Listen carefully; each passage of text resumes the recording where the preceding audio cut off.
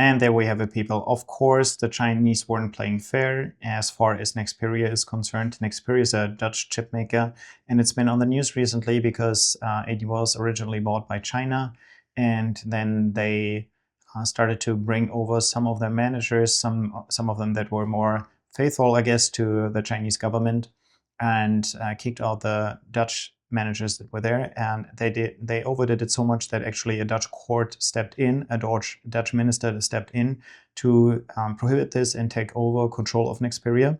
China has been reacting very aggressively and has put an export ban on the chips that are from Nexperia but that are produced in China.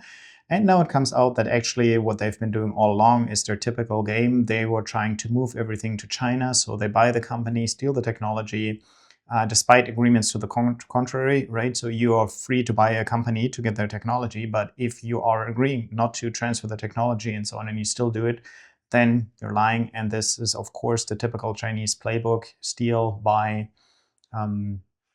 play games with the European companies. They've done it again, and I'm really happy that the Dutch government had the guts to step in. So we can clearly see how the Chinese government is behaving, and for one, I'm done with this, and I think all of us Europeans should be done with it.